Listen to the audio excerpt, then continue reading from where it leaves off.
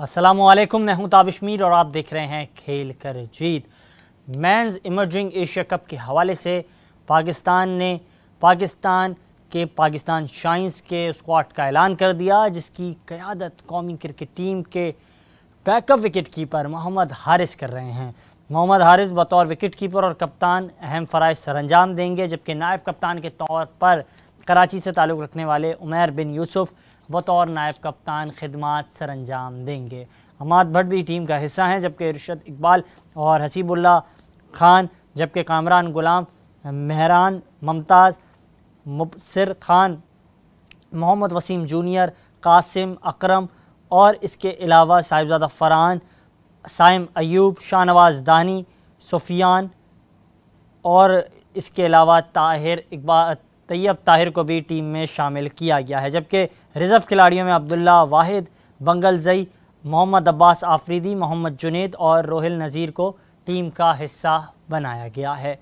बात की जाए इस हवाले से, श्रीलंका में इस इवेंट का आगाज़ होगा। 14 जुलाई से इवेंट का आगाज़ होगा, 23 जुलाई तक जारी रहेगा। 15 मजमूई मैचेस खेले जाएंगे, 8 टीमें हिस्सा लेंगी। 2 ग्रुप्स में 8 टीमों को तकसीम किया गया है। ग्रुप ए के अंदर पाकिस्तान, हिंदुस्तान, श्रीलंका और नेपाल शामिल है, जबकि ग्रुप बी में अफ़गानिस्तान और नोमान, बांग्लादेश और इसके अलावा यूएई की टीम शामिल है।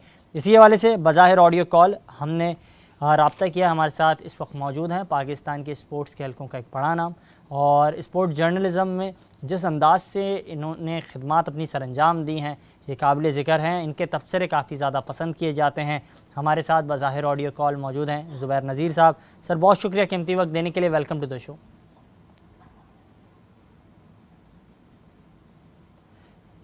सर, आप मुझे सुन पा रहे हैं?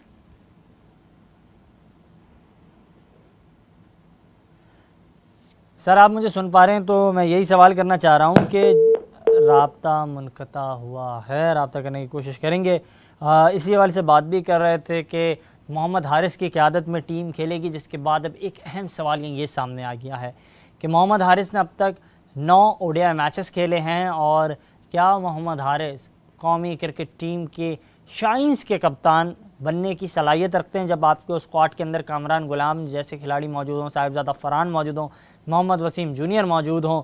जबकि इसके अलावा अगर बात की जाए तो दीगर जो खिलाड़ी हैं, क्या उन्हें चांस नहीं देना चाहिए था? यहाँ तक कि आसिफ महमूद, जिनका ताल्लुक़ हैदराबाद से है, वो स्क्वाड का आपके हिस्सा बने थे, वो टीम में शामिल हुए और फिर इसके बाद आपने उन्हें रिज़र्व का हिस्सा बनाया और इसके बाद हमने देखा कि उन्हें जो है अब टीम में शामिल नहीं किया है। और इसके अलावा अगर बात की जाए आज़म खान, क्योंकि वो नाकाम हुए अफ़गानिस्तान की सीरीज़ में और इसके बाद से वो आज तक हमने उन्हें भी पाकिस्तान शाइन्स का हिस्सा बनते हुए नहीं देखा है। और ये एक अहम सवालात हैं जिसके हवाले से मुसलसल अब बातें हो रही हैं और जो नाक़िदीन हैं वो सिलेक्शन के मयार पर सवालात उठा रहे हैं और मुसलसल इस हवाले से बात भी कर रहे हैं। बात की जाए पाकिस्तान शाइन्स का, तो जो साबका तजर्बा रहा और जिस अंदाज से उन्होंने ज़िम्बाब्वे के ख़िलाफ़ खेला, तो वहाँ भी 4-2 से शिकस्त का सामना करना पड़ा 6 ओडीआई मैचेस की सीरीज़ में। तो हम इसी हवाले से हमें एक बार फिर से ज्वाइन किया ज़ुबैर नज़ीर साहब ने। सर, आप मुझे सुन पा रहे हैं? हेलो। जी सर, आप मुझे ज़ुबैर साहब सुन पा रहे हैं? जी सर, मैं इसी हवाले से सवाल कर रहा था, मोहम्मद हारिस के हवाले से अगर बात भी की जाए तो मोहम्मद हारिस जो है, जिस अंदाज से उन्होंने इंटरनेशनल क्रिकेट का आगाज़ किया, आप समझते हैं उनमें ये सलाहियत है बतौर कप्तान पाकिस्तान शाइन्स के साथ उन्हें आप एक्सपोजर दें और इमर्जिंग एशिया कप होने जा रहा है मेंस का, तो उसमें बतौर कप्तान वो क्या खिदमत सरअंजाम दे सकेंगे? देखिए, मोहम्मद हारिस मेरा ख्याल है कि जो भी अवेलेबल चॉइस थी उसमें सबसे बेहतर थे। जो पाकिस्तान की टीम बनाई गई है इमर्जिंग कप के लिए, तो उसमें मुझे दूसरा कोई ऐसा प्लेयर नजर नहीं आता जो कि मोहम्मद हारिस जैसा एक्सपीरियंस्ड और तजर्बेकार हो। दूसरे जो प्लेयर हैं, जाहिर है कि वो यंगस्टर्स हैं। उमैर बिन यूसुफ, जिनको नायब कप्तान बनाया गया है, उनको जाहिर है कि इन फ्यूचर जो है ग्रोम करना है। कामरान गुलाम की अगर हम बात करें तो उनको भी इतना एक्सपीरियंस नहीं है। वसीम जूनियर, जाहिर है कि उनका फोकस अपनी बॉलिंग के ऊपर। शाहनवाज दानी जो है, उनकी शख्सियत सबके सामने है। और साइम अयूब, साइम अयूब को जो है अगर आप ग्रूम करने के लिए अगर बनाते तो वो एक अच्छी चॉइस होती। लेकिन मोहम्मद हारिस और हम साइम अयूब का अगर तकाबली जायजा ले तो मैं समझता हूँ कि मोहम्मद हारिस को जो है ना अबूर हासिल है कप्तानी की हैसियत से, उनको तजर्बा भी एक्सपीरियंस भी है, लेकिन सेकंड चॉइस मेरे हिसाब से जो है साइम अयूब होते। अच्छा, साहिबजादा फरहान भी नहीं होते क्योंकि वो भी इन एंड आउट हमने देखा डोमेस्टिक में तो काफ़ी शानदार उनकी परफॉर्मेंस रही। या साइम अयूब तो फ्यूचर का देखें स्टार है, इसमें कोई दूसरी राय हो नहीं सकती।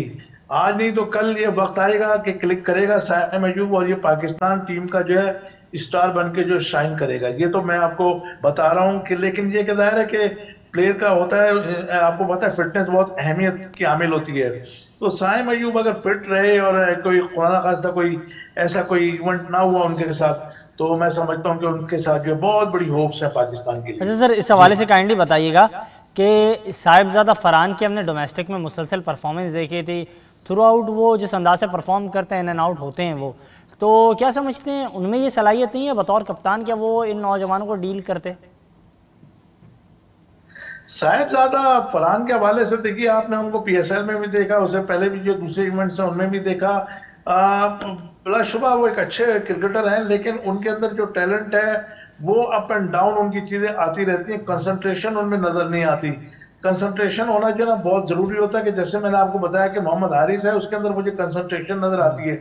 इसी तरीके से मैं दोबारा कहूंगा कि साइम अयूब का फोकस जो है बहुत स्ट्रांग है और वो बेहतरीन चॉइस है। तो साहबजादा फरहान को, अच्छा सर, हमने जुबैर साहब ये जो चीज़ें देखी, अब रिजर्व के अंदर जो है अब्दुल वाहिद बंगलजई को शामिल किया गया है, अब्बास आफरीदी को शामिल किया गया है, मोहम्मद जुनैद को शामिल किया गया है, रोहिल नज़ीर को शामिल किया गया है।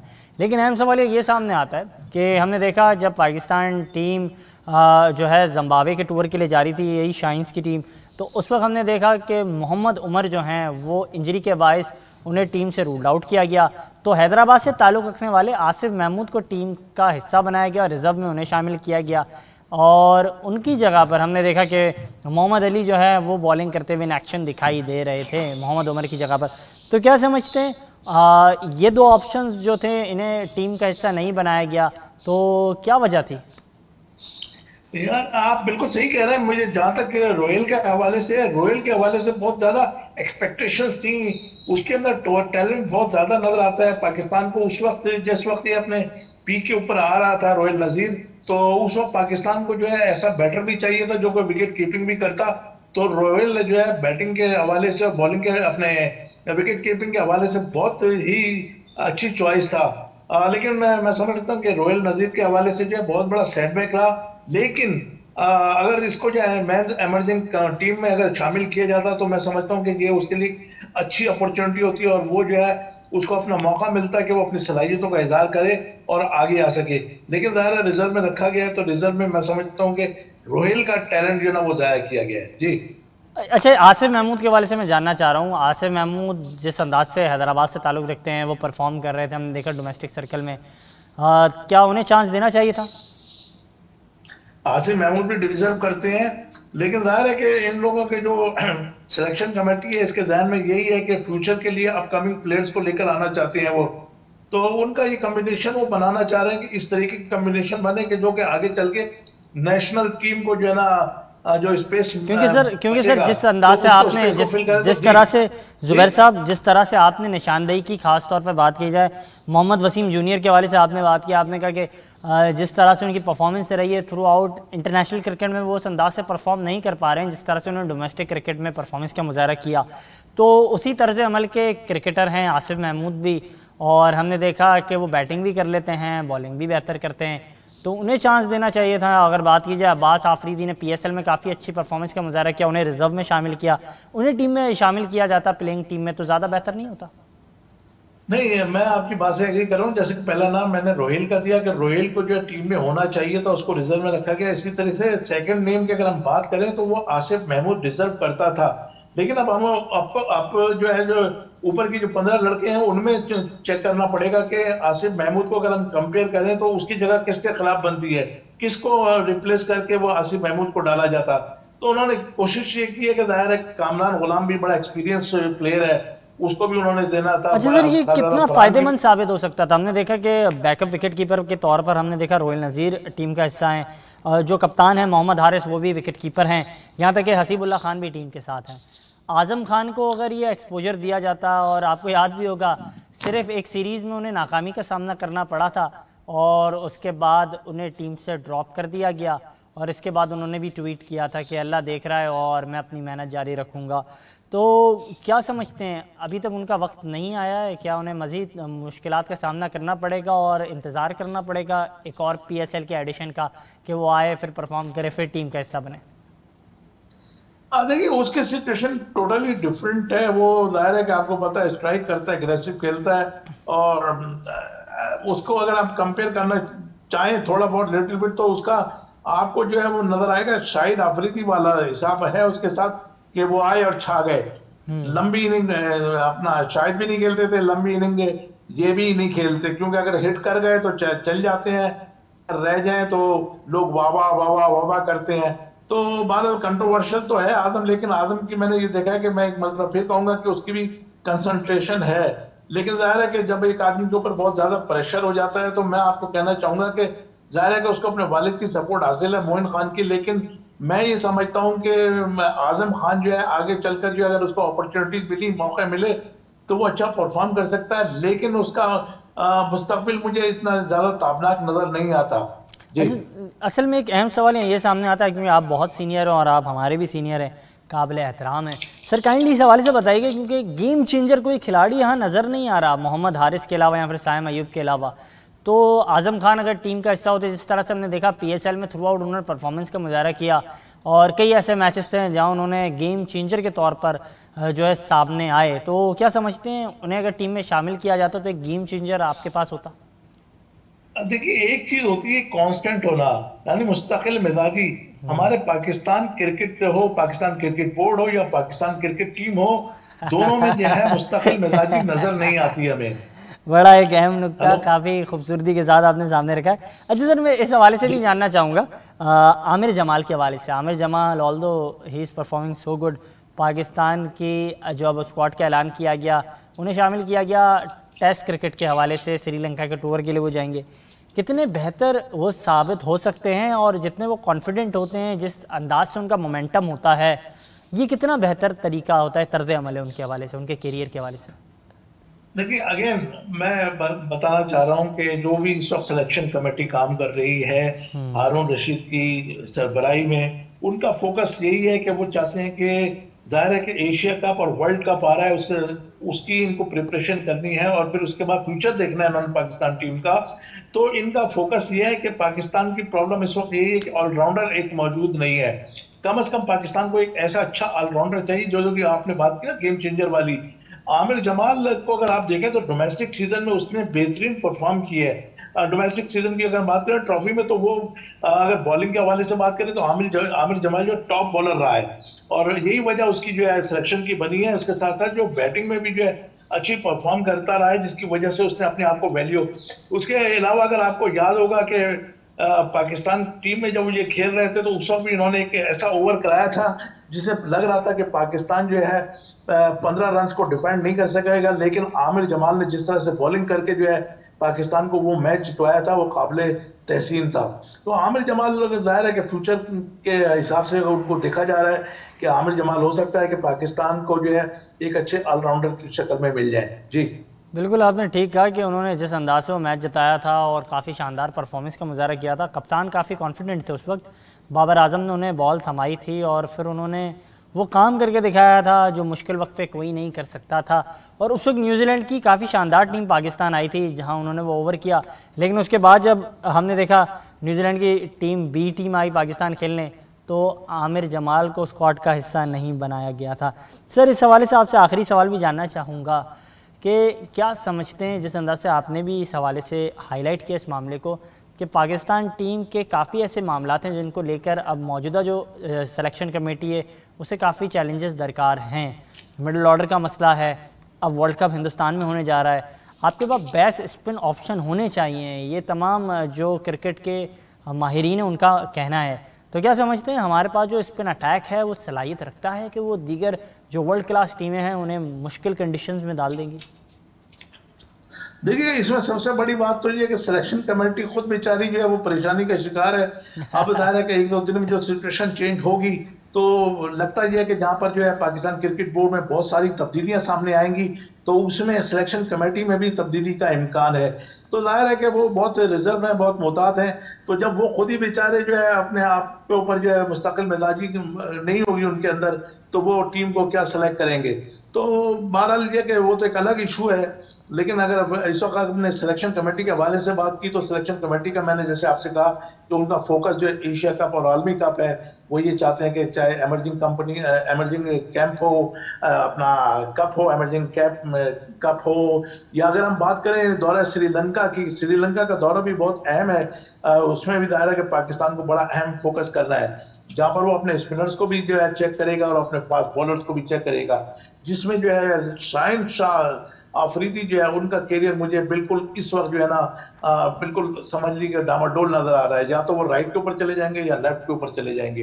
तो बहरहाल सिलेक्शन कमेटी को जो बहुत देखभाल कर जो है मामला अपने निभाने होंगे, और उम्मीद तो यही है कि पाकिस्तान के लिए जो है एशिया कप और वर्ल्ड कप के लिए एक अच्छी टीम जो है तश्कील देने में कामयाब होगी। बहुत शुक्रिया सर कीमती वक्त देने के लिए, और आपने इन तमाम महरक़ात पर काफ़ी खूबसूरती से गुफ्तगू की, और हमारे साथ बज़ाहिर ऑडियो कॉल ज़ुबैर नज़ीर साहब मौजूद थे और इन मामलात पर बात भी कर रहे थे। उन्होंने कहा कि बहुत सारे अहम टास्क हैं, कई चैलेंजेस हैं जिसको लेकर पाकिस्तान की मौजूदा सिलेक्शन कमेटी को चैलेंजेस का सामना है। ताहम अगर बात की जाए पाकिस्तान के आने वाले चेयरमैन पीसीबी कौन होंगे, ये मामला ताहाल बरकरार है, जिसको लेकर हम देख रहे हैं कि स्पोर्ट्स के हलकों में ख़ास तौर पर क्रिकेट का जो हल्का है उसमें अब तक गुफ्तगू हो रही है, तबसरा हो रहा है, नाक़दीन जो हैं वो अपनी राय दे रहे हैं। एक जानिब हम देख रहे हैं कि नजम अजीज़ सेठी को हाइब्रिड मॉडल के मुताल्लिक मुश्किलात का सामना करना पड़ा। उन्होंने जैसे हाइब्रिड मॉडल पेश किया वो तस्लीम हुआ, और इसके बाद उनकी कुर्सी ख़तरे में पड़ गई।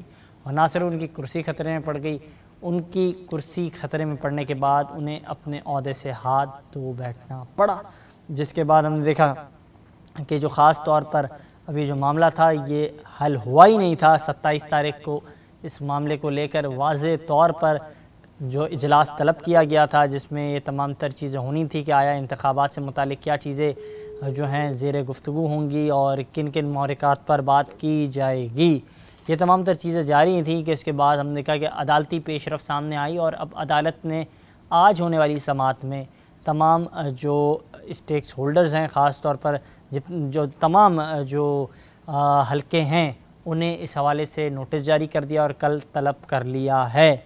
और इसी मामलात पर हमने देखा कि अब तक डेडलॉक बरकरार ही था कि मज़ीद जो है ये मामला अब शिद्दत इख्तियार कर गया, जिसके बाद अब ख़ास तौर पे बात की जाए पाकिस्तान की जो जानिब से, जो पाकिस्तान क्रिकेट बोर्ड है उनकी जानिब से इस मामले पर सेंट्रल कॉन्ट्रैक्ट के हवाले से चीज़ों को जो है तय करना था, और इस माह के 30 तारीख को सेंट्रल कॉन्ट्रैक्ट तमाम खिलाड़ियों के जो हैं वो ख़त्म हो जाने थे।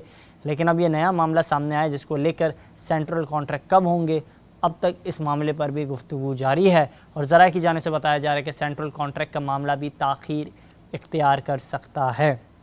इसी मामले पे बज़ाहिर ऑडियो कॉल हमें ज्वाइन किया है सैयद हैदर साहब ने। स्पोर्ट्स कॉरेस्पॉन्डेंट हैं, काफ़ी शानदार तबसरे करते हैं, स्पोर्ट्स एक्सपर्ट हैं, और इनके तबसरे काफ़ी ज़्यादा पसंद किए जाते हैं। सर बहुत शुक्रिया कीमती वक्त देने के लिए, वेलकम टू द शो। जी शुक्रिया ताज। सर इसी हवाले से बात कर रहे थे कि एक जानिब हम देख रहे थे सेंट्रल कॉन्ट्रैक्ट का मामला हल होना था, ज़रा की जाने से बताया जा रहा था कि 30 तारीख तक सेंट्रल कॉन्ट्रैक्ट तमाम खिलाड़ियों के ख़त्म हो जाएंगे, और अब ये भी बताया जा रहा था जो अहम खिलाड़ी हैं, ख़ास तौर पर हमने देखा कि अज़हर अली ने रिटायरमेंट ले ली थी, तो वो जो है सेंट्रल कॉन्ट्रैक्ट से बाहर हो चुके हैं। फवाद आलम हो, जाहिद महमूद हो, उन्हें मुश्किलात का सामना करना पड़ रहा है। यहाँ तक कि यासिर शाह की बात की जाए, वो सेंट्रल कॉन्ट्रैक्ट से बाहर हो सकते हैं, ये भी इम्कान जाहिर किया जा रहा है। खुशदिल शाह और दीगर खिलाड़ियों से मुताल्लिक भी बात की जा रही है कि वो सेंट्रल कॉन्ट्रैक्ट से हाथ धो बैठेंगे। यहाँ तक कि बताया जा रहा है इफ्तिखार अहमद हों या फिर उसामा अमीर हों, यहाँ तक कि साइम अयूब हों, मोहम्मद हारिस हों, वो सेंट्रल कॉन्ट्रैक्ट का हिस्सा हो सकते हैं। तो क्या समझते हैं, ये तमाम तर चीज़ें होनी थी, लेकिन अब एक नया मामला सामने आ गया है। तो ये जो मामला सामने आया है, मज़ीद सेंट्रल कॉन्ट्रैक्ट ताख़ीर इख्तियार करेगा, और पाकिस्तान टीम अब ऐसा नहीं लग रहा है वर्ल्ड कप की हम तैयारी कर रहे हैं, हम दीगर उलझनों में इतने फंस गए कि उन मामला से निकल ही नहीं पा रहे हैं। बिल्कुल, ये पाकिस्तान क्रिकेट बोर्ड इस वक्त एक मजाक बना हुआ है, और ये पिछले 7-8 महीने से मजाक बनाया जा चुका है इसको। और पहले नजम सेठी साहब जो हैं वो इस पे एक पैराशूट के जरिए आए, और उसके बाद फिर उनकी भी छुट्टी हो गई। अब उसके बाद वो छुट्टी तो हुई है उनकी, लेकिन पीछे से उन्होंने जो है वो किसी के जरिए पेटिशन फाइल करा दी है कि कॉन्स्टिट्यूशन के तहत ये इलेक्शन जो है वो गलत है। अगर अब इलेक्शन गलत है तो पहले सही कैसे हो सकते थे? तो ये पाकिस्तान क्रिकेट बोर्ड को उलझाया जा रहा है एक तरफ से, क्योंकि इस मुल्क में सियासी कशमकश है, और उसमें दो पार्टियां अपने अपने जो फायदे हासिल करना चाह रही हैं, तो बाज़ाहिर तो सामने एक दूसरे के साथ हाथ मिलाएं, लेकिन ऐसा लगता है इस पेटिशन को देखते हुए कि पीछे से दोनों एक दूसरे के खिलाफ जो है वो कुछ कर रही हैं। अब चूंकि पाकिस्तान क्रिकेट बोर्ड के पास इस वक्त कोई बाकायदा चेयरमैन नहीं है, बल्कि पिछले 7 महीने से नहीं है कोई बाकायदा चेयरमैन, एक मैनेजमेंट कमेटी सर एक चला जानिब रही थी। हैदर साहब एक जानिब नजम अजीज सेठी साहब रात के 12 बजे ट्वीट करते हैं और कहते हैं कि मैं इस मामले को सियासी मामला नहीं बनाना चाहता, और दूसरी जानिब अब आप जो बता रहे हैं बकौले आपके कि महाजराई का सिलसिला भी जारी है, तो ये क्या अमल है, ये किस तरह की क्रिकेट सियासत है? ये बस ये बहुत ही जो है अफसोस की बात है, काबिल मजम्मत है कि इस किस्म की जो सियासत खेली जा रही है, और पाकिस्तान क्रिकेट बोर्ड को मजाक बनाया जा रहा है। और फिर अब एक बाकायदा जब इलेक्शन के जरिए एक चेयरमैन का इंतखाब अमल में आ सकता था, तो उसको रोका गया है इस पेटिशन के जरिए। मुझे नहीं पता कि इस पेटिशन पे क्या फैसला होगा, लेकिन अगर इस पे स्टे ऑर्डर हो गया तो इलेक्शन रुक जाएगा। इलेक्शन रुकने का मतलब ये है कि फिर पीसीबी में ना ज़रका अशरफ चेयरमैन होंगे, ना नजम सेठी होंगे, बल्कि एक साहब जिनका कुछ पता नहीं है कि उन्होंने वो कहाँ से आए हैं और उनका क्रिकेट से क्या ताल्लुक है, वो चेयरमैन बने रहेंगे। तो इसका मतलब ये है कि अब नीचे राना साहब चेयरमैन बने रहेंगे, बिल्कुल आप बजा फरमा रहे हैं जी। और नहीं, इसका मतलब ये है कि वो तो उनको तो कुछ पता नहीं है वो क्या, तो इसका मतलब नीचे जो जीएम और डायरेक्टर्स हैं उनकी फिर अब इस वक्त सारा काम उनके हाथ में होगा, वो जो चाहेंगे वैसे जैसे चाहेंगे वैसे करेंगे। उससे प्लेयर्स की जाहिर है प्लेयर्स की जो परफॉर्मेंस है उस पर भी काफ़ी फर्क पड़ेगा, और प्लेयर्स के साथ भी जो इस वक्त सिलेक्शन कमेटी जिस किस्म की बातें कर रही है, चेयरमैन सिलेक्शन कमेटी की जो बारे में जो मीडिया में बातें आई हैं हारून रशीद साहब की, कि उन्होंने एक प्लेयर के ऊपर जो है उसकी फिजिकल जो सिचुएशन है उसके ऊपर उन्होंने बात की कि हम उसको इसलिए नहीं ले सकते कि उसकी आंख सही नहीं है, हालांकि वो एक बहुत बेहतरीन बॉलर है मीर हमजा, और उसके लिए ऐसी बातें करना। तो ये सारी चीजें जो है इसको देखते हुए ऐसा लगता है कि पाकिस्तान क्रिकेट बोर्ड जो है सर ये चीज़ें क्या होनी चाहिए जिस अंदाज से, मतलब क्योंकि आपने इस हवाले से बात भी की, हम देख रहे हैं कि मामला ज़ेर गुफ्तगू है कि मीर हमजा के हवाले से बात नहीं कर सकते। मेरे ही प्रोग्राम में मौजूद थे हारून रशीद साहब, और उनसे जब मैंने सवाल किया कि आप क्या समझते हैं, क्या शाहीन शाह अफरीदी के बैकअप के तौर पर वो हो सकते हैं, तो उन्होंने कहा हाँ ये तमाम खिलाड़ी हमारे पूल का हिस्सा हैं और हो सकते हैं। तो एक जाने वो ये स्टेटमेंट देते हैं, बैकडोर पर इस तरह के स्टेटमेंट सामने आते हैं। देखिए यही तो बात है ना, ये अब हारून रशीद साहब जो है, एक तो मैं उनके चेयरमैन सिलेक्शन कमेटी बनाने के मेरे अंदाजे से तो बिल्कुल गलत है, क्योंकि उनको मॉडर्न क्रिकेट का कुछ पता नहीं है। वो 70 इयर्स प्लस हो चुके सर हैं। आप सर इस हवाले से मैं कतई कलामी की माजरत, मैं इस हवाले से ये जानना चाहूँगा, आप क्योंकि इस वक्त जर्मनी में, और जर्मनी से जो है बाउंड्रीज़ मिलती हैं यूके की, और वहाँ जो है यासिर अरफात मौजूद हैं, इस वक्त जो हैं अज़हर अली वहाँ मौजूद हैं, मोहम्मद हफीज़ वहाँ मौजूद हैं। ये जो खिलाड़ी हैं मॉडर्न क्रिकेट खेल चुके हैं, मोहम्मद हफीज़ तो कौमी क्रिकेट टीम के साबिक़ कप्तान भी रहे हैं, तो क्या समझते हैं उन्हें बतौर चीफ सेलेक्टर जो है सामने लाया जाए तो कितना बेहतर हो सकता है? ये ज्यादा बेहतर होता है, बहुत ज्यादा बेहतर। यासिर अरफात की सलाहियतों में मैं हमेशा मोतरफ रहा हूँ कि वो बहुत ही एक बेहतरीन प्लेयर हैं, जिन मैं समझता हूँ पाकिस्तान क्रिकेट में सबसे ज्यादा जिस टैलेंट को नजरअंदाज किया गया वो यासिर अरफात है।